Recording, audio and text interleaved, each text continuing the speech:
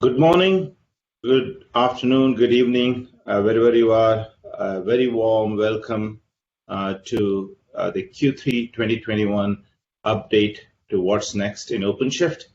My name is Tushar Katarki, and I'll be facilitating this presentation.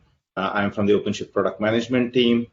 As a reminder, the presentation offers an overview of the direction, initiatives, and exciting new use cases that we are solving with new features over a 6 to 18 months plus time horizon. We provide this update quarterly. Also note some of the specific details that can be that we won't go, but you'll be finding that in the appendix, and you can refer to them offline as a reference. One final note on this, this is a roadmap update, so things that are coming in the future are subject to change. The material discussed here can change. Just be aware of that. With that said, I'll move to the next slide. With me, I have an excellent team of OpenShift product managers and colleagues of mine who will be the speakers. In addition, you'll notice that we have the rest of the team present here also who can help answer questions. So please ask them away on the Q&A forum that is available to you. This is just a level set. I've been at Red Hat for 10 plus years, and we have always made the case for open hybrid cloud, and we continue to do so. That is a fundamental driving principle for us and strategy. Our customers have, over the years, innovated, competed, and successfully created value to their own customers through applications built for hybrid cloud, be it N-tier applications or be it more modern cloud-native microservices that encode traditional business logic or rules or more modern data analytics and artificial intelligence, or it can be developed in-house applications, custom applications, or packaged applications from ISVs. They have developed and deployed these applications across the hybrid cloud footprint, everything from a physical data center to a public cloud and to the edge. And Red Hat OpenShift, built on Red Hat Enterprise Linux, has been the bedrock platform in that journey. And this is a better look at that journey. And this journey, called the Open Hybrid Cloud Journey, has evolved over time. We started this journey back in 2015, as some of you might recall, with OCP v3, or OpenShift Container Platform v3, with Docker containers and Kubernetes, with Docker providing the standard packaging format, and Kubernetes providing scheduling and cluster management for portable applications and consistency. Since then, with OpenShift v4 in 2019, we brought a comprehensive and integrated approach to the cloud with full stack install experience, Kubernetes operators, monitoring, distributed tracing, service mesh, serverless, CI/CD, GitOps, a number of developer tools, and more.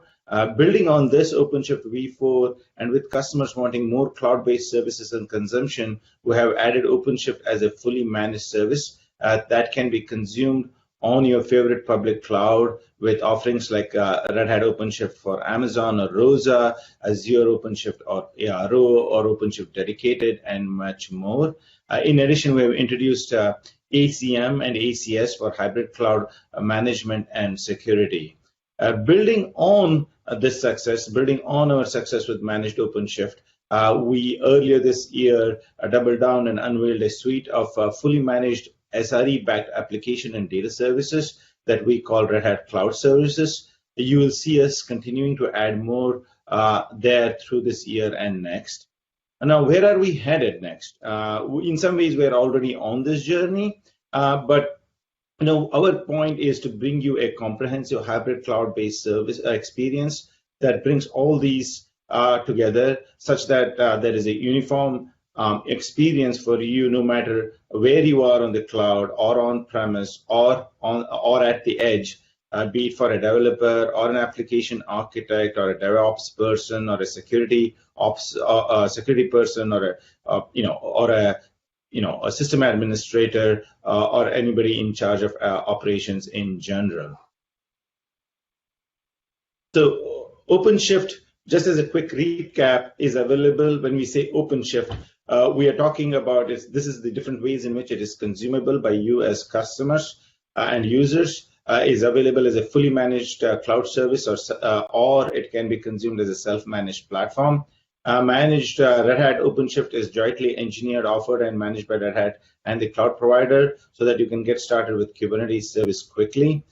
This includes OpenShift Dedicated, Azure, Red Hat OpenShift, on OpenShift service on AWS, and IBM OpenShift service on IBM Cloud as a fully managed for you by Red Hat and our partners. OpenShift Container Plus, OpenShift Container Platform, OpenShift Kubernetes Engine are self-managed software offerings that you can deploy in your data center, public cloud, or edge locations. You can choose the model that best suits your needs or a combination of both, and many customers have done both. So OpenShift anywhere, anytime, and any way is kind of where we are going with this. You are very familiar probably with this rendition of what makes Red Hat OpenShift. So as a quick recap, OpenShift Container Platform is the foundational piece here, is our Kubernetes distribution built on top of Red Hat Enterprise Linux and CoreOS. That also includes many platform developer and data tools and services. The new thing that Nana is going to touch upon later, as well as Tony, is the OpenShift Platform Plus, which in addition to OpenShift Container Platform also includes things such as ACM, ACS, and Red Hat Quay, integrated and tested together to address your management, security, governance, compliance, and registry needs. More on this a little later. Next, let's look at the themes for OpenShift.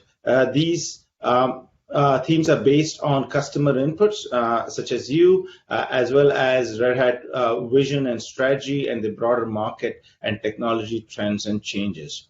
The first theme here on the left, starting at the left, is the core platform and developer tools pillar, if you will. This includes our investments in Kubernetes, Linux, and platform and developer tools. While we know that we have added a lot of innovation here over the years, there is much more to come here, the innovations such as a response to new hardware accelerators. This is just beyond GPUs now, with things like DPUs or data processing units and FPGAs, or innovation in use case specific scheduling, or innovations in networking, including network observability, innovations in GitOps and DevOps, and exciting new things for developers with regards to serverless and service mesh and code-ready tools. This theme is also foundational for the rest of our themes, such as managed services and telco and edge. The telco edge theme is in service of rapid innovation and needs from the telco industry in 5G core and 5G RAN. These needs include desire to run and develop container native functions, or AI/ML applications, etc. Developed at the core and deployed at the edge with containers, or it could be because you are collecting vast amounts of data at the edge. How do you anonymize that? How do you clean it and bring that for consumption into the core for analytics and stuff like that? The managed services team is all about bringing OpenShift, as I said, as a fully managed and SRE-backed service on the cloud of your choice. In addition to the current API management streams service with Kafka, Red Hat OpenShift data science and management services such as subscription management, cost management, and insights, which you already see. We'll be adding, obviously, we'll be adding more features and capabilities to those, but also we'll be adding more services over this year and next. Finally, we are very excited about the hybrid cloud experience. As alluded to earlier, this is a comprehensive end-to-end experience for your applications across the hybrid cloud. It includes hybrid cloud governance, compliance, security, management, and observability, all tied together with a rich cloud.redhat.com experience. So all this is going to come to you through basically our releases. Right now, we are in Q3. 4.8, OpenShift 4.8 is next on deck. After that, we get into Q4, and then we divide it into first half and second half, and you will see that we are continuing to innovate across all the different parts that I described earlier. I won't go obviously into the details of each one of these, but this is there as a kind of a cheat sheet whenever you need to refer, and more details can be found, as I said, in the appendix. With that, I'll hand it over to Nana to take us through hybrid cloud experience and OpenShift Platform Plus. Nana, take it away, please. Thank you, Tushar. Hello, everyone. I'm Naina, and I would be taking you through our plans of hybrid cloud experience and a bit on Platform Plus. Next slide, please. Customers are onboarding more developers and deploying more workloads and applications to OpenShift, which is a good news, but this also means more storage, more nodes, more pods, more traffic, both north, south, and east, west, and most importantly, more clusters. When you have more than one cluster, you have to think about these things at a multi-cluster level. Now you have multiple clusters distributed across multiple clouds and infrastructures. Now you are thinking about the hybrid cloud. For the application architect and developers, the questions are, how do I deploy applications across multi-cluster hybrid cloud? How do my applications in different clusters communicate with each other and exchange data? And how do I do this in a secure, repeatable, and automated fashion? The system administrator and operators are meanwhile asking how to provide multi-cluster storage, multi-cluster networking, ingress, egress of traffic, and load balancing, and multi-cluster management, security, and registry for container images. One of our main themes for this year and next will be to provide standardized tools that for your first cluster all the way to your 100th cluster or more address these needs and challenges. Next slide, please. So Red Hat OpenShift is the industry's leading hybrid multi-cloud platform, and OpenShift brings Kubernetes to the enterprise with over 3,000 customers across all industry verticals. It is built on a foundation of Red Hat Enterprise Linux, and OpenShift provides a comprehensive container platform. Our goal is to provide you with everything you need to build, deploy, and manage applications across the hybrid cloud, and that is our OpenShift Platform Plus, and we would cover it more in detail later. Next slide, please. Digging a little deeper in multi-cluster, let's cover networking. So advanced cluster management maintains east-west networking between all of your clusters using Submariner. Submariner is integrated with Red Hat Advanced Cluster Management as a technology preview at the moment, and it provides cross-cluster network infrastructure for OpenShift by extending the well-known Kubernetes networking objects. Main feature in this tech preview include pod-to-pod and pod-to-service L3 routing with native performance for your connectivity needs. All traffic flow between clusters is encrypted by default IPsec to give you security, compatibility with different infrastructure providers such as AWS, GCP, Azure, IBM, VMware, and network plugins such as OV and Telco. Service discovery is another aspect, and Submariner provides cross-cluster service discovery, DNS, with service failover and load balancing across clusters. Next slide, please. Continuing on networking, the OpenShift roadmap for networking has expanded to include multi-cluster, hybrid cluster, and so we need unified networking. So this slide represents the roadmap goal for getting traffic into and out of the cluster in a unified way, so that ingress and egress are the same regardless of protocol, and to align to how layered products such as OpenShift Service Mesh and OpenShift Virtualization operate. There are additional benefits that are realized from this model. Single and multi-cluster scoped, port replication for auditing canary deployments, operational simplicity through ingress unification, cloud provider and community contributions, extensible to current and future networking protocol. Next slide, please. OpenShift Service Mesh 2.1, which will be released in late Q3 2021, will introduce the federation of service meshes across different OpenShift clusters. This will include new custom resources for configuring interconnectivity between federated meshes, as well as importing and exporting services between different meshes. This will enable secure sharing of services between different meshes, including load balancing and high availability of services in different meshes and clusters. Each mesh in the federation will retain its own control plane, where importing and exporting of services is done in an explicit manner. This allows users to limit the scope of access between meshes where desired. And future releases of Service Mesh will include support for a single service mesh and control plane, which spans multiple OpenShift clusters. Next slide, please. Multi-cluster storage is required for a number of uses, including data federation, wherein an application wants to access data from multiple sources and multiple clusters and clouds. To that end, the OpenShift Multi-Cloud Object Gateway is a lightweight object storage service for OpenShift, allowing users to start small and then scale as needed on-prem in multiple clusters with cloud-native storage. Multi-Cloud Object Gateway is addressing that data federation, specifically the ability to have a local endpoint to read data from multiple locations with an option to get local caching and mirroring capabilities. The other important need for multi-cluster storage is for high availability and disaster recovery.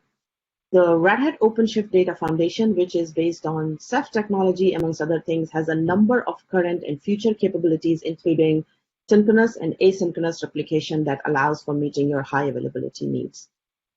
In addition, we are following some interesting upstream projects like Scribe and Raman for replication of persistent volumes within or across clusters and for failover and fallback capabilities. Let's be assured that all these will be integrated and managed from Red Hat Advanced Cluster Management to provide a comprehensive hybrid cloud experience. Next slide, please. Red Hat Advanced Cluster Management provides the central fleet view for all of your OpenShift and non-OpenShift clusters. Integrating with CSX Insights here brings the OpenShift fleet-wide analytics and remediations from the traditional single cluster experience now into the Advanced Cluster Management Hub console. We further enhance the multi-cluster health by ensuring your managed fleet is now benefiting from the telemetry of the entire OpenShift fleet. Enhancements to the user experience will ensure a reduction in the amount of time required for the CSCX on-cluster remediation to be reported back into the Insights Data Hub. Tons of look and feel improvement will create a more seamless experience across the ACM and OCM. Next slide, please.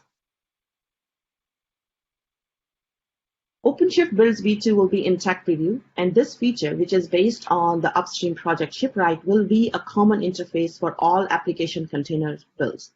So users can keep using their favorite and well-known methods such as S2I, BuildPacks, Conico, or other popular container build strategies, all from a common interface. Tighter integration with Argo CD and Advanced Cluster Management will give users the ability to use both with their GitOps workflows. Users of ACM will be able to view, edit, deploy Argo CD resources, and fully visualize applications from the ACM console. And Argo CD will be able to read configurations from ACM to further refine the application deployments. We're completely integrating the popular secret management tools like Vault or Sealed Secrets for a seamless experience. Users will still be able to use their secret manager of choice in their GitOps workflow and will be able to easily integrate them with OpenShift. The application environment view inside the dev console will provide feature-rich UI to visualize their application developments per environment like dev, stage, and prod.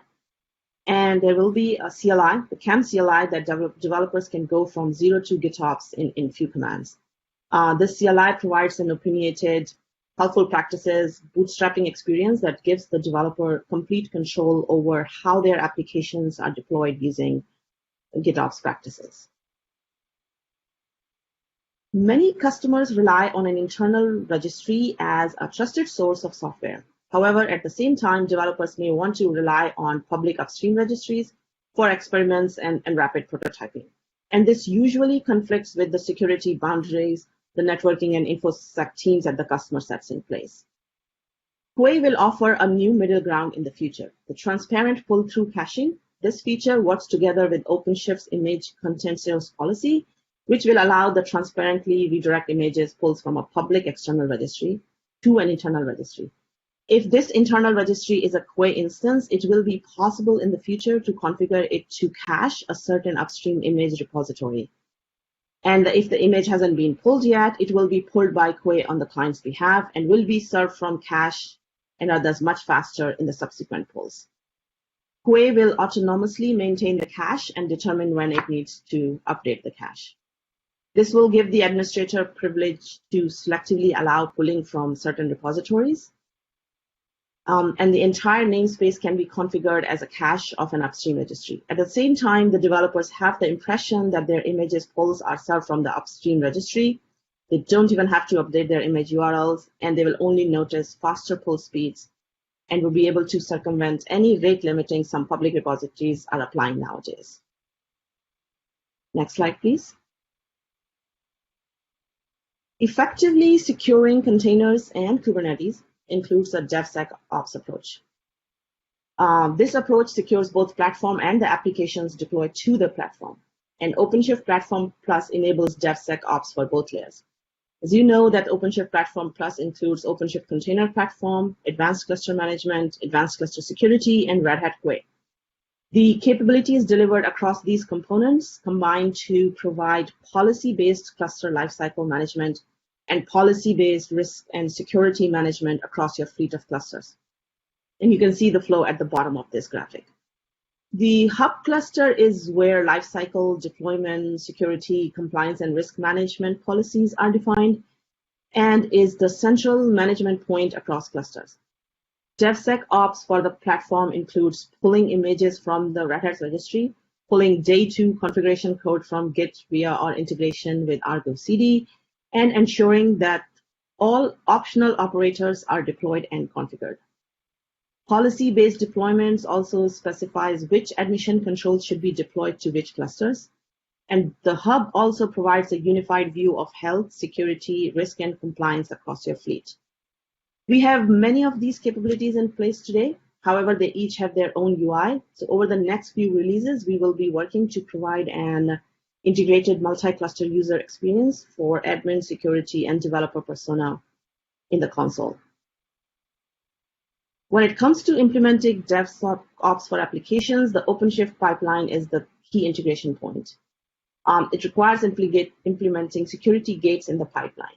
And there are some new capabilities in our roadmap for this, like sign images in Quay, an easier integration of kubelinter, and the ability to sign additional artifacts such as deployments for additional protection against tampering. Finally, as new issues are discovered, information about these new issues are fed back to the developers via alerts and closing the DevSecOps infinity loops. I will hand it over to Tony now, who would be covering OpenShift Platform Plus in details. So Tony, over to you. Thank you, Naina. So to recap, so far we've talked about standard tools for managing a large OpenShift fleet, and OpenShift Platform Plus is where that experience comes together. It's a set of tools to help you run your OpenShift fleet, but the use cases range from thinking networking and security policy across clusters.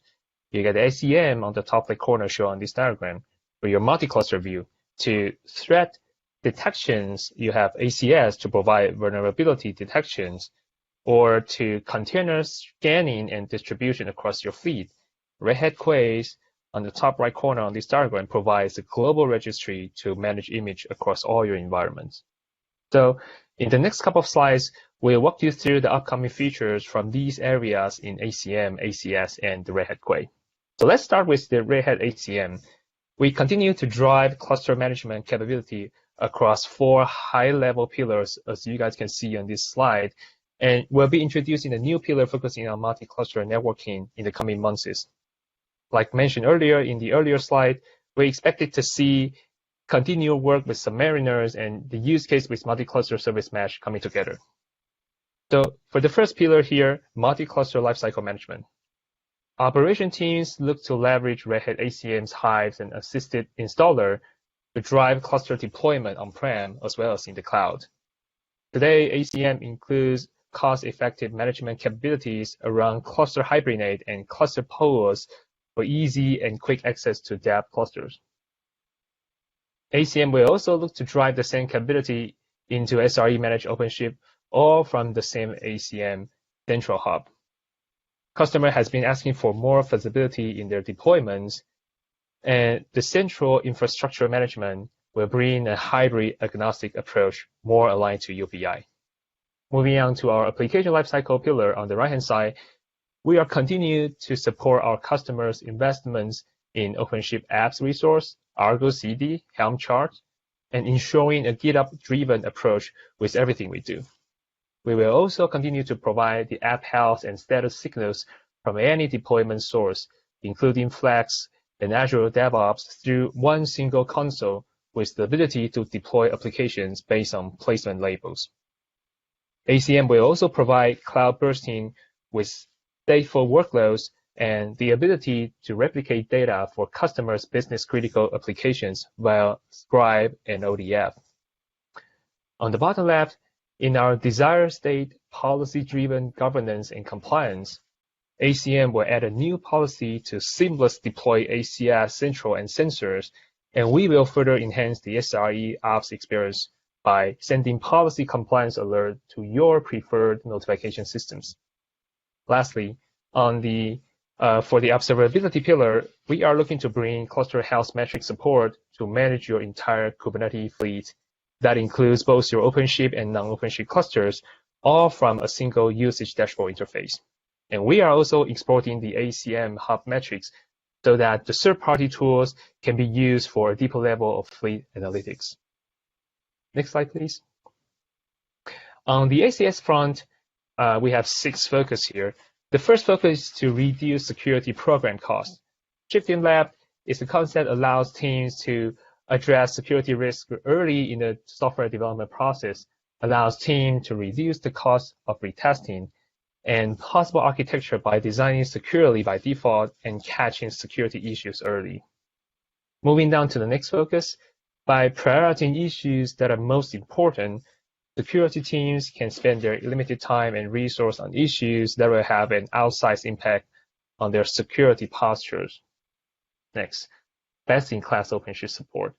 This includes support for OpenShift Dedicated, Red Hat OpenShift on AWS, and Azure Red Hat OpenShift, as well as continued development of security features with OpenShift as a first-class citizen. Moving toward the top right, commitment to open source. As you are aware, StackRock was acquired as a proprietary solution. Our team is committed to and working to open source the solutions and to tap open source innovation as well. Next, ACS will be a security product, won't be a security product without focusing on advanced security workflow for Kubernetes. So we will continue to invest in these workflows to meet the need of customers. And lastly, the security teams want to track the return on investment in their security program using KPIs. So we are working on gathering KPIs for program to excel and on ways to make recommendations to programs around actions they can take to have a best return on investment. So moving on to Red Hat Quay. Next slide, please. The next big thing for Quay is to support container native builds. So currently, Red Hat Quay can build container image directly in the registry. User can either manually trigger builds or trigger by the Git commits. For security and scalability reasons, Quay maintains its own build systems and scheduler that launches Podman builds in a containerized virtual machine inside the OpenShift. And this requires bare metal cluster today. And going forward, Quay will be able to delegate build jobs to OpenShift pipelines, which is based on the upstream Tecton CD project. That means the image build can run as a Kubernetes jobs using a containerized build-up process natively on the clusters. This allows taking advantage of OpenShift scheduler and alleviate the needs for a bare metal cluster. Builds can then run on OpenShift cluster that are hosted either on the hypervisor environment or cloud providers. And OpenShift pipelines builds are currently running with reduced privilege. And the plan is to allow builds to execute fully rootless, providing a good balance between security needs and infrastructure requirements by running in virtualized infrastructures. And lastly, thanks to being based on Tecton, Quay can take advantage of the progress in its ecosystem as well. For example, expand the support to multi-arc views in the future. So all these are the top-level upcoming features from Red Hat ACM, ACS, and Quay. With all that, I'll hand it over to Adele to talk about Hypershift. Hi everyone, I am Adu Zaluk and I am the product manager for the Hypershift project. So Hypershift basically aims to bring in a new architectural pattern in addition to the standalone mode that we already have on the left, where we have control plane and workers basically co-located, and where the control plane is required to run on dedicated nodes or dedicated VMs. We're also introducing Hypershift, which allows us to decouple the control plane and the workers and be able to run the control plane on an existing cluster and be able to run more than one control plane of a cluster on the same node. This makes a lot of sense when you are running thousands of clusters, or when you, for example, want to run different architectures, ARM or x86, and host them, like the control plane and the workers could have different architectures. And it also makes the bootstrap time of clusters a bit faster because we're sharing the control plane already on a management cluster. Hypershift is still under development, and we're expecting to roll it out for use late 2022 based on your feedback. Next slide, please. All right, so this is a bit of a switching gears. So in this, we're going to start talking about Telco and Edge. Next slide, please. So we want to start thinking about Edge and Telco from the application perspective. So we divided application patterns into 4 different patterns: operations, edge application patterns, enterprise edge application patterns, provider edge application patterns, and consumer edge application patterns. Each pattern has different usage style. So for example, with the operations edge pattern, we're more interested in doing analytics. An example of this is manufacturing visual inspection, where you really want to automate the process of looking into goods in a production pipeline and figure out the defects, then send the analytics data back to the cloud. On the other hand, things like routing and switching becomes more important for the provider edge application pattern, where we're more interested in mobile broadband or telco 5G use cases. Here we really are optimizing for a network performance, bandwidth, and throughput, and optimizing the latency. Finally, there's also another pattern, which is the consumer edge. We're all using that. Some of us have IoT devices at home. This reports back to the cloud. And if we think about these deployment patterns, they exist at different stacks, at different layers of the architecture. You see on the left, there's a data center, cloud, near edge, and far edge. The more we move closer to the device or the user, the more the requirements increase and change. So that will also mandate us to kind of like forge architecture and deployment models to help cater for these different patterns and application requirements. Next slide, please. All right, so we're gonna dig more into the provider edge. That's the telco use case, more or less. And starting from the left, there's a lot to take here in this diagram. The point is, if you start from the left, we have the radio heads and the endpoints. This is where your connectivity comes in and gets divided. And then there's the baseband unit.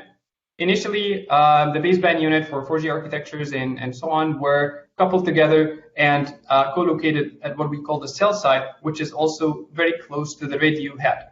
However, in 5G, the architecture changed a bit, and the virtual centralized unit and the virtual data distributed unit got divided.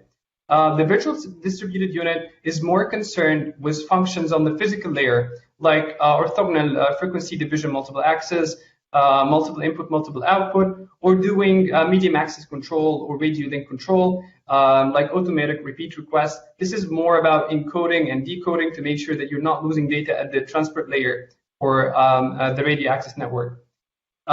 There's also the aspect of DRAN and CRAN.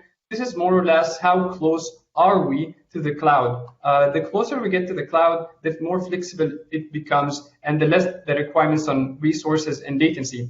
For example, there's 2 distinctions here.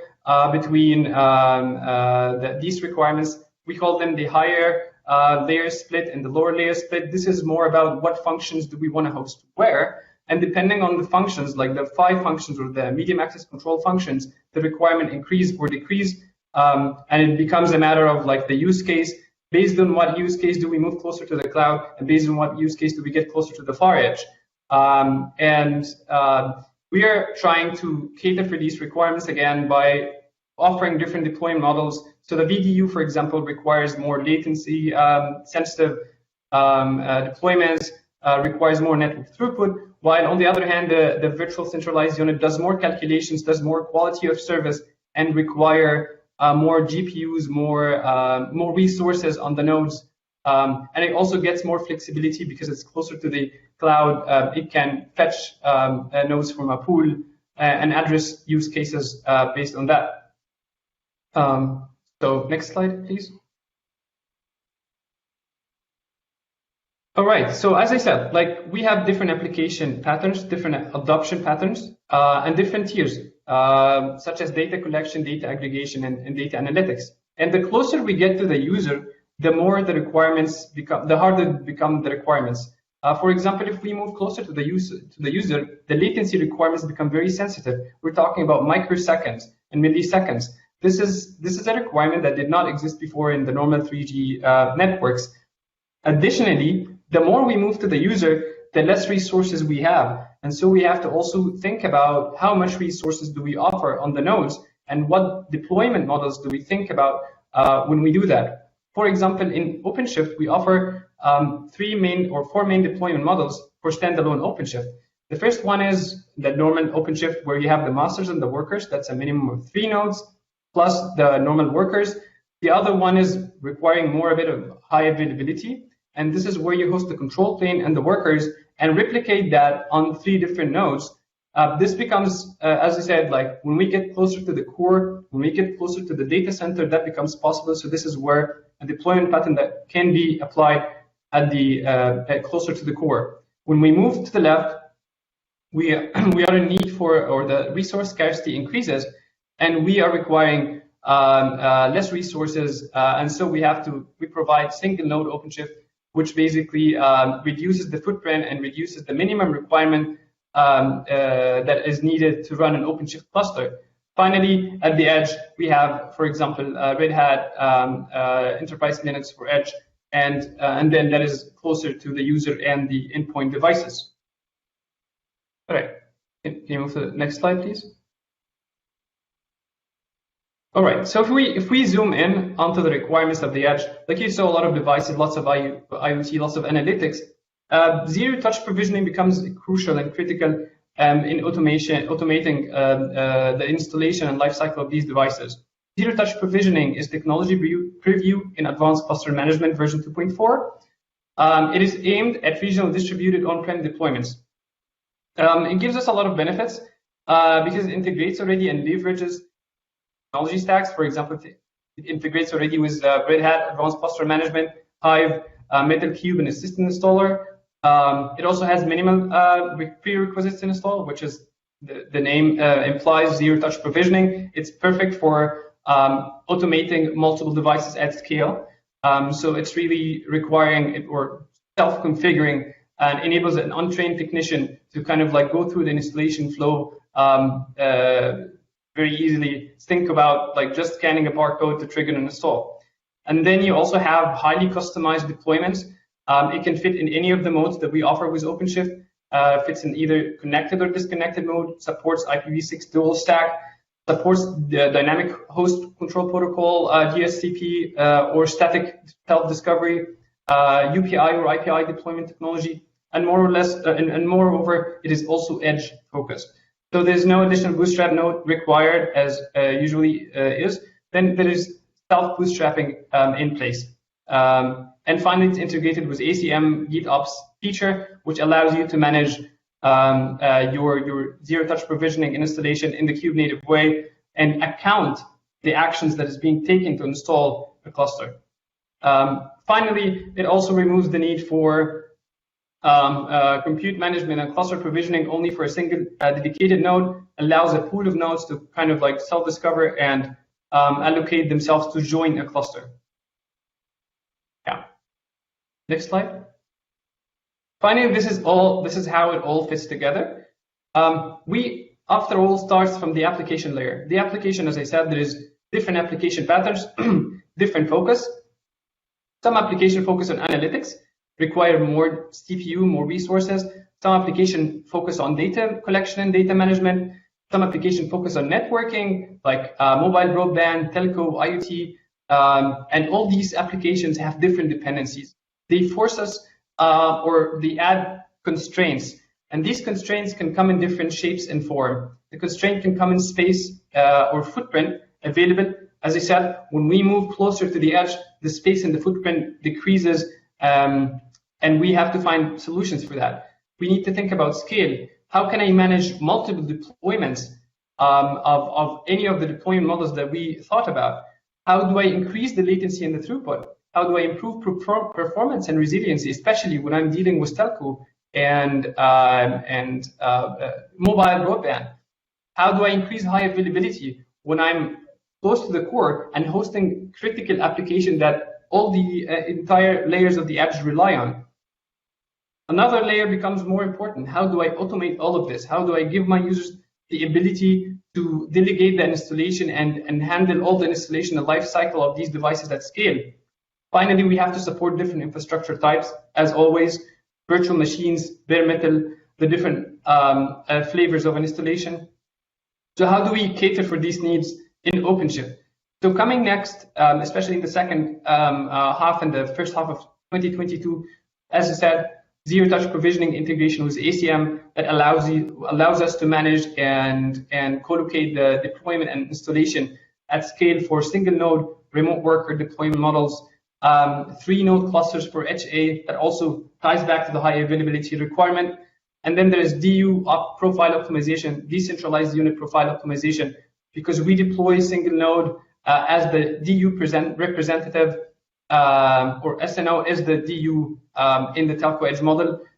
We need to be able to optimize the profile to even decrease the space and the footprint required to run a cluster or a DU deployment.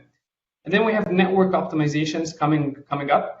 SRUV, dual stack, smart NICs for network offloading, load balancers on bare metal, and we also have NUMA for performance and optimization, CPU pinning, real-time kernels, forward error correction, also for the DPU or for the DU, decentralized unit in the edge, hyper-thread aware scheduling. All this ties back. And it just becomes an interconnection model that we just map to from the things we do. Yeah, so I'll hand over to Sean.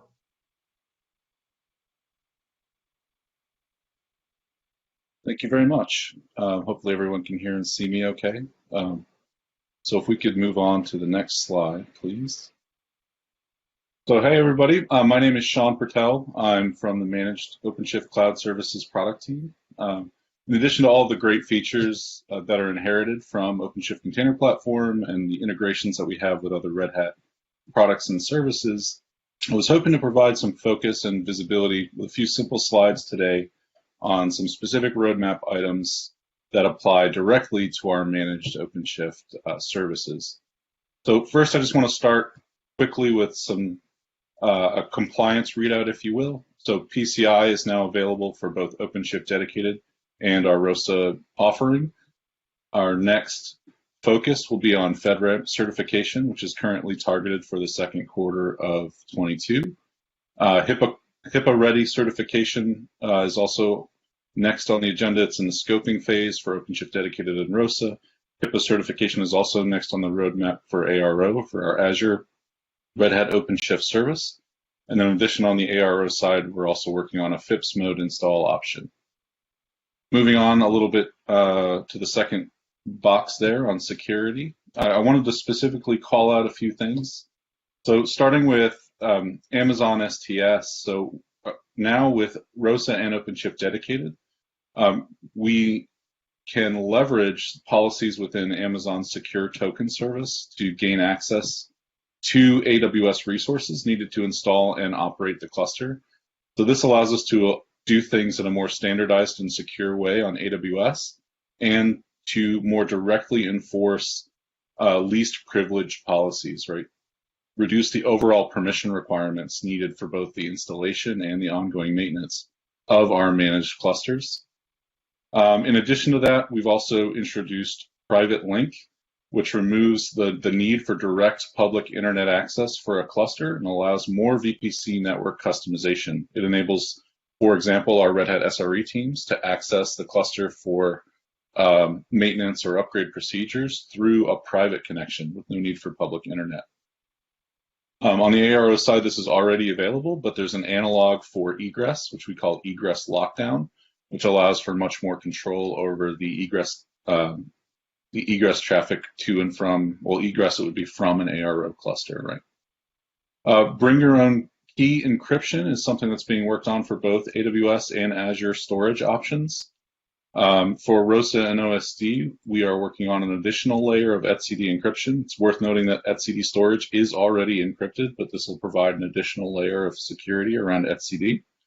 And on the Azure side, we're working on an Azure Active Directory group sync mechanism. So next slide, please. So on the compute side, our primary focus right now is on expanding instance types that are supported sort of across the board. So on both sides, this means things like GPU support, which depends on an operator that does need some work, spot instance support, AMD instances, and even dedicated instances on the ROSA and the OSD side. We continue to try to maintain parity between OpenShift dedicated ROSA and OCP, or the self-managed options. On the ARO side, we're trying to support the Azure government region, and again, working to expand instance type supports that are specific to the Azure cloud. On the infrastructure side, a really interesting feature that is in the works right now is cluster hibernation. So for on-demand managed clusters, obviously this is extremely important in terms of being able to manage costs. Being able to essentially pause and unpause a cluster is definitely a step in the right direction for those clusters that you may not need running 24/7. There's ongoing integrations with several infrastructure tools to provide a lot more flexibility when it comes to how you might be able to manage a VPC, including CloudFormation, Terraform, and Ansible on the ROSA and OpenShift dedicated side. For networking, we're working to transition to OVN to OVN as the default network provider over from Open vSwitch. We're adding additional in-cluster support for network load balancing and for pre-existing Route 53 configurations when installing into an existing VPC. Again, on the Arrow side, we're working on integrations with the Azure Portal UI, providing a cluster creation GUI, allowing for a little bit more configurability when it comes to installing a cluster, including being able to determine specific versions, and then native integrations with other Azure tools such as AppLens, which is the next thing that we have here. So next slide, please. All right, and we'll close this out just by talking about some overall platform specific features that are coming. So again, on the ROSA and OSD side, we're incorporating a more tightly integrated user workload monitoring feature, which is already available for self-managed solutions. On the managed side, the work that's being done is primarily around leveraging custom alerts, because alerts are used by the Red Hat SRE team. So there are just some permissions that need to be put in place to make sure that things will work properly for both the Red Hat team and the customer team. For ROSA specifically, working on AWS console integration, the work is always ongoing to provide a more native experience, including things like supporting annual agreements directly from the AWS console. A few other quality of life improvements on the ROSA side, like in the ROSA CLI, allowing for direct YAML input. For both of these, for both OSD ROSA and ARO, we're working on integrations with OpenShift Cluster Manager, to be able to provide the same level of experience across all three of these offerings, and that includes the ability to provision both ROSA and ARO clusters directly from the OpenShift cluster manager interface. And then for ARO, being able to adopt and provision the clusters, manage add-ons, and schedule upgrades directly through the UI.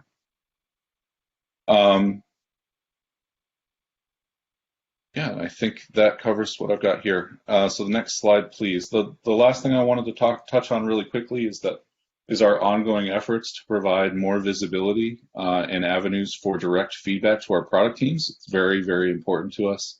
So to that effect, we've established public roadmaps for each of our managed services. You can see an example here of the ROSA roadmap, but there are quick links, red dot hat links to the OSD roadmap, the ROSA roadmap, and the ARO roadmap, where you can see which specific features are in progress and gain a little bit more information into those features.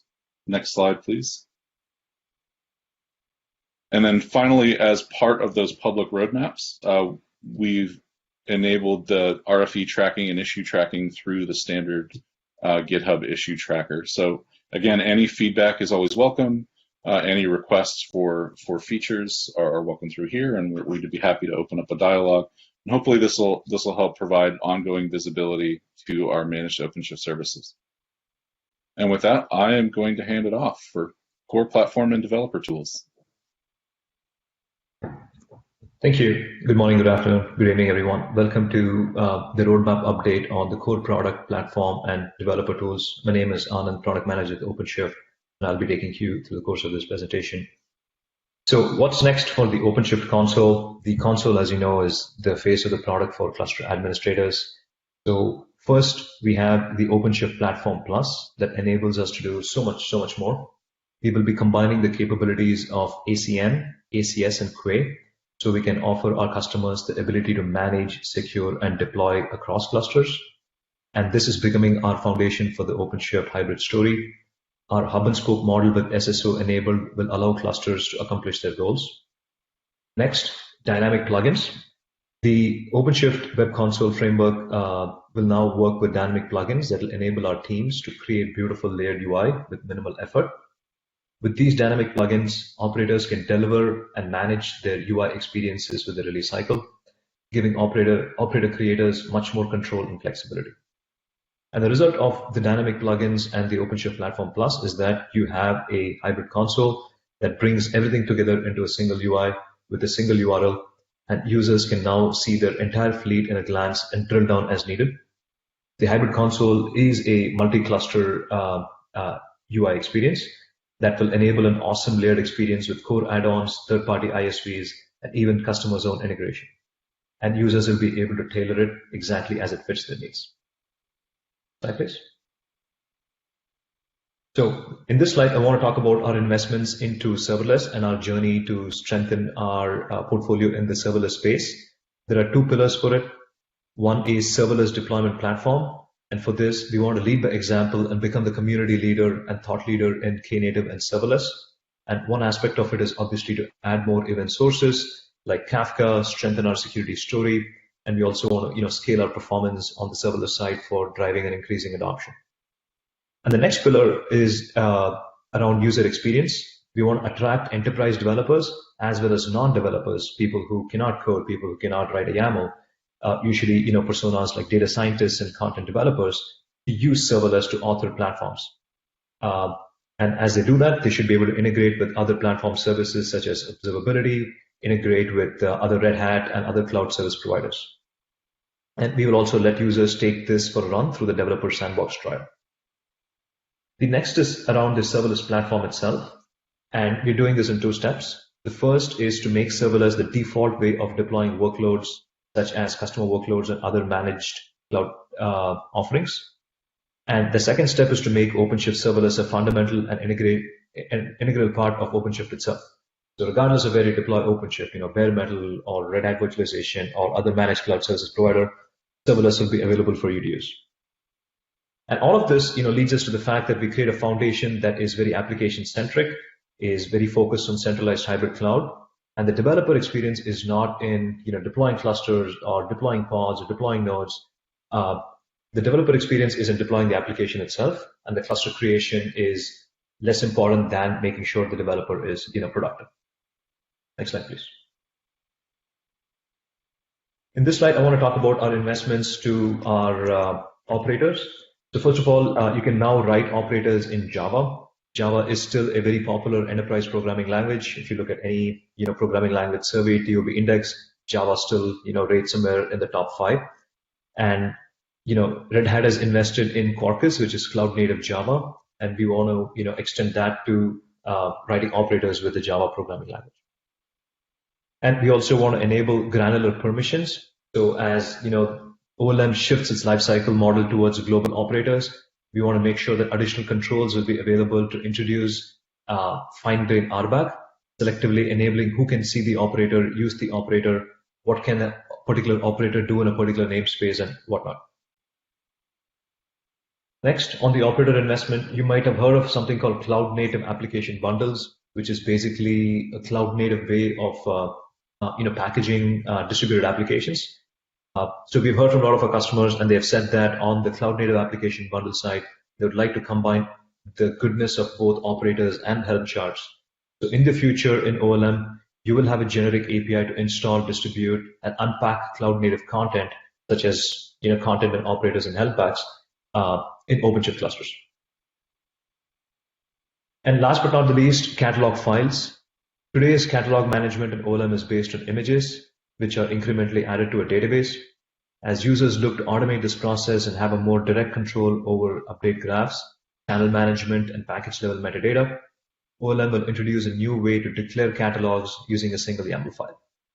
This will enable releasing catalogs and updates without a bespoke pipeline and make regular maintenance, like adding additional update edges or channels or deprecating certain versions in a single file-based operation that is Git-friendly. Next slide, please.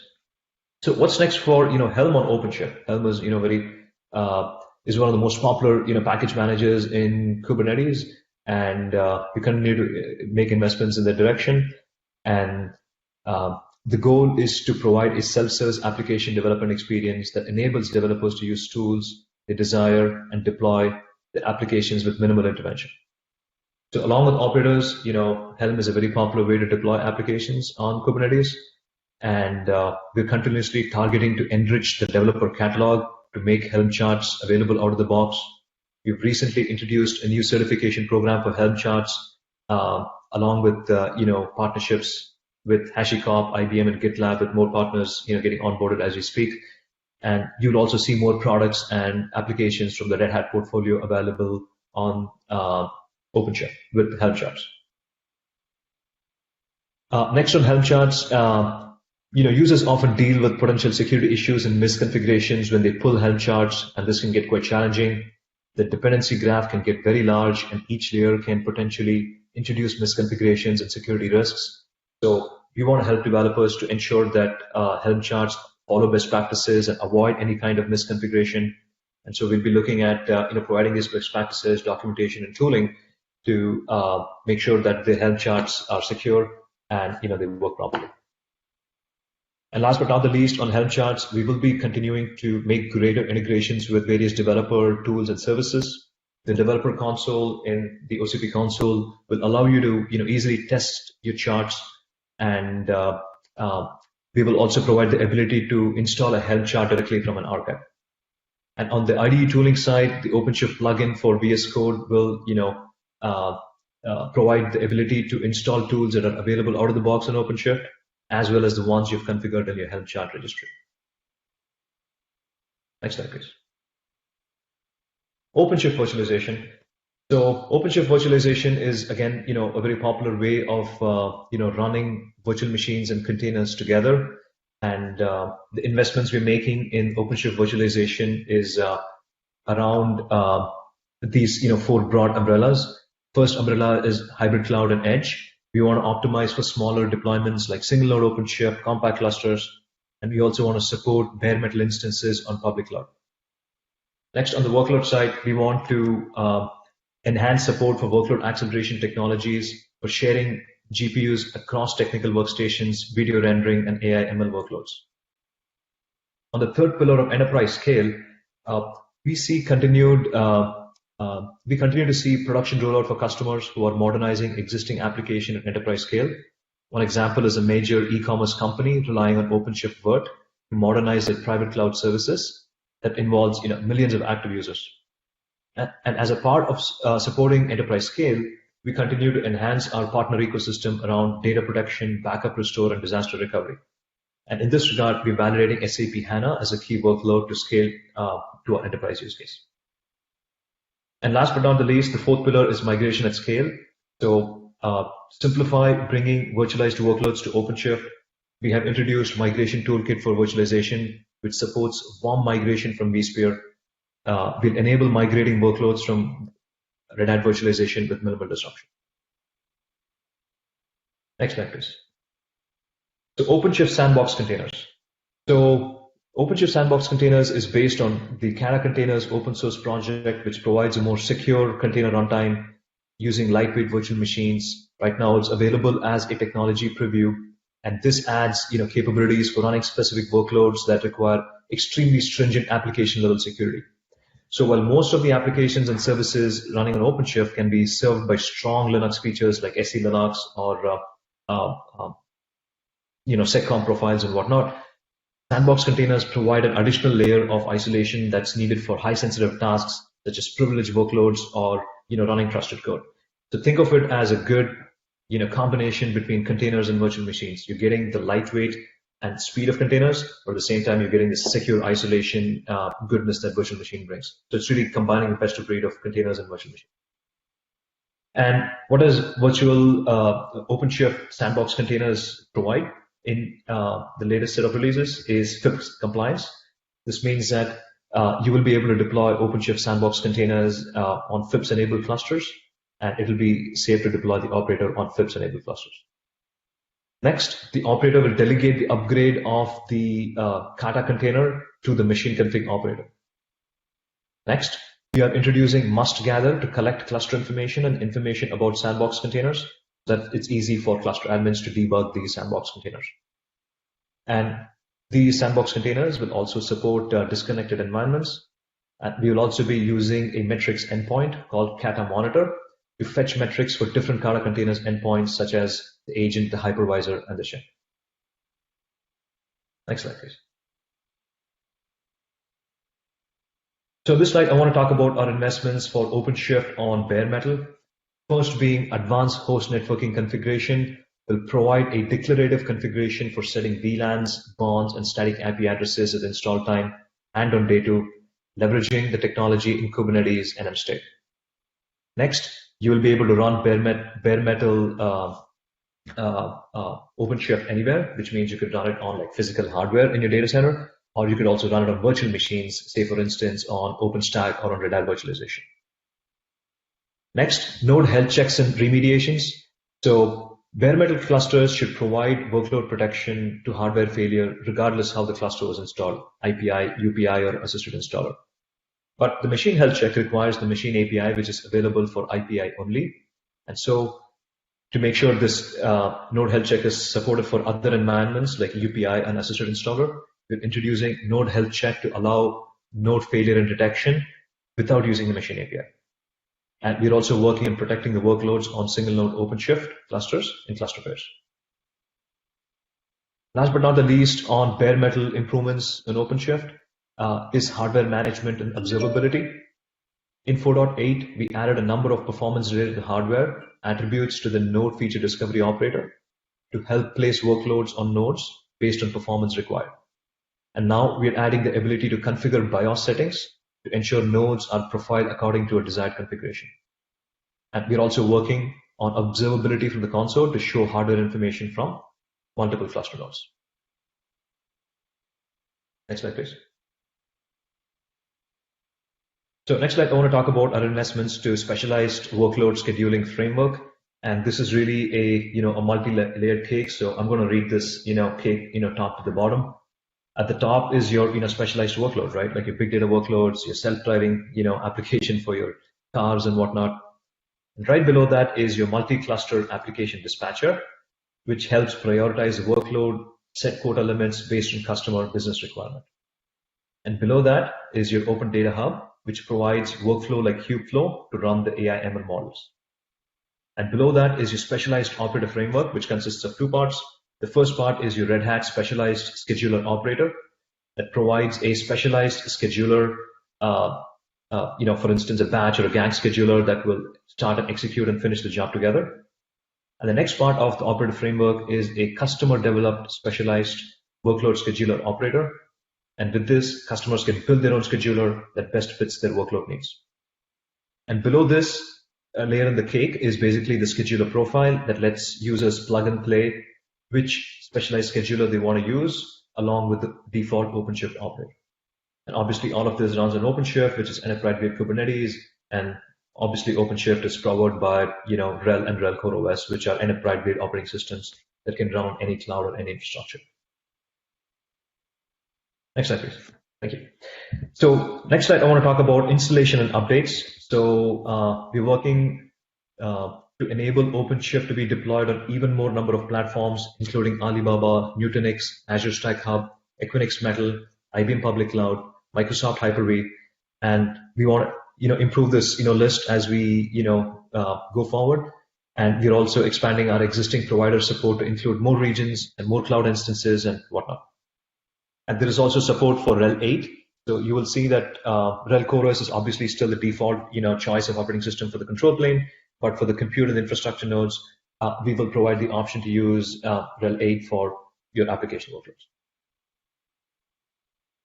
So next, unified installation experience, right? So today we have multiple methods of installing OpenShift, user provider infrastructure, installation provider infrastructure, assisted installer, and each method addresses a different deployment scenario. If you want full stack automation, you go for IPI. If you want to do it a la carte on your custom hardware, you use UPI. If you wanted some help for bare metal installs, you use assisted installer. So there are a lot of different ways to install OpenShift based on your deployment scenario. And we're seeing that, sometimes these options are too many, and it becomes difficult for users to choose which option they should choose, because in some cases there is more than one option for a particular deployment scenario. For instance, vSphere, you could do IPI, UPI, whatnot. And the other problem is, we want to be more agile in supporting more number of these, cloud platforms and providers and availability zones. For instance, if there's a new cloud provider like DigitalOcean or, Equinix, whatnot, or if, Amazon introduces a new AZ, whatever it is, we want to be more agile in supporting these newer, cloud providers, newer regions, using the IPI, which is a full stack automation approach. And as we try to onboard new providers in more regions and whatnot, it usually takes multiple releases. It takes a couple of cycles to get it right. And so we're looking at a more scalable and a more agile way of integrating these new providers without compromising the installation experience.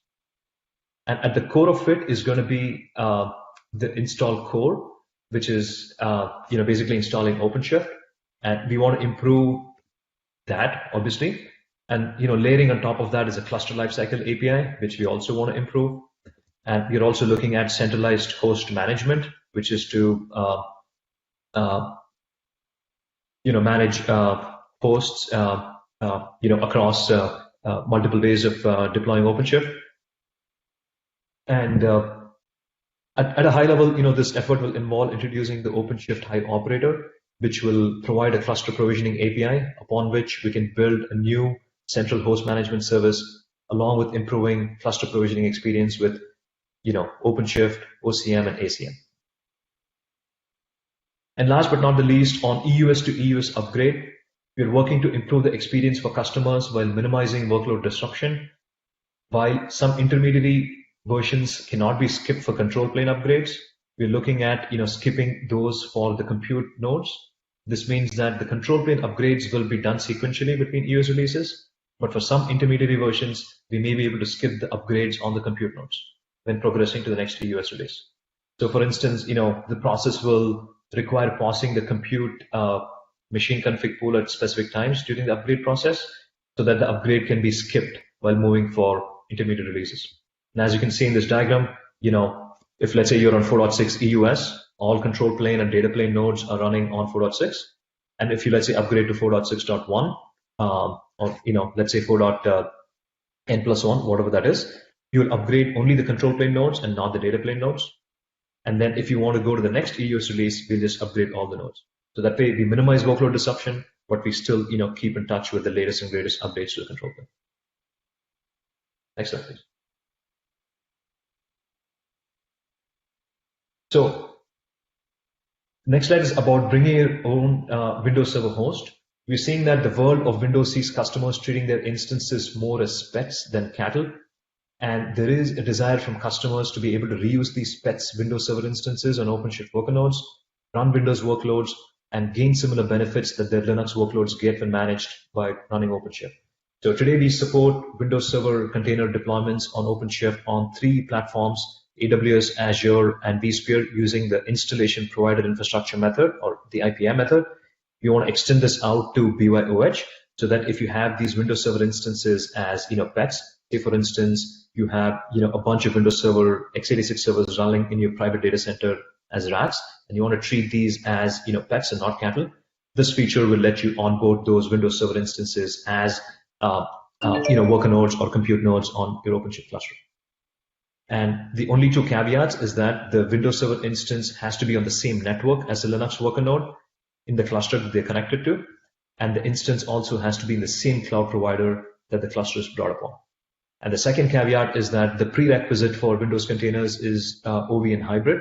So the cluster has to be installed with OVN hybrid before you can set up your Windows Server nodes. Next slide, please. So next slide, I'll wrap with this. We want to provide a preview of Cert Manager in OpenShift. And the goal is to have a cluster-wide operator for application certificate lifecycle management that supports integration with external CA. This has been a very popular ask for a while now, and this work will let us include provisioning, renewal, and retirement of certificates. And so we're writing this new operator called the Cert Manager operator, which is a simple wrapper on the upstream Cert Manager operator. And I want to emphasize that this will be available for all workloads running on OpenShift, except Bootstrap components that need certificates before the operators exist. So for instance, you'll be able to use this as a day2 operator.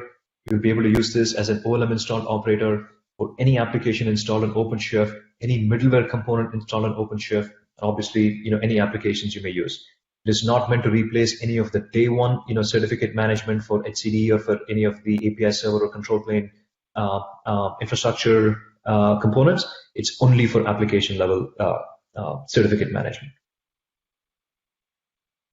And right now, this is the latest release is 1.3 upstream, and that is what we will be including in the operator. And with that, I would like to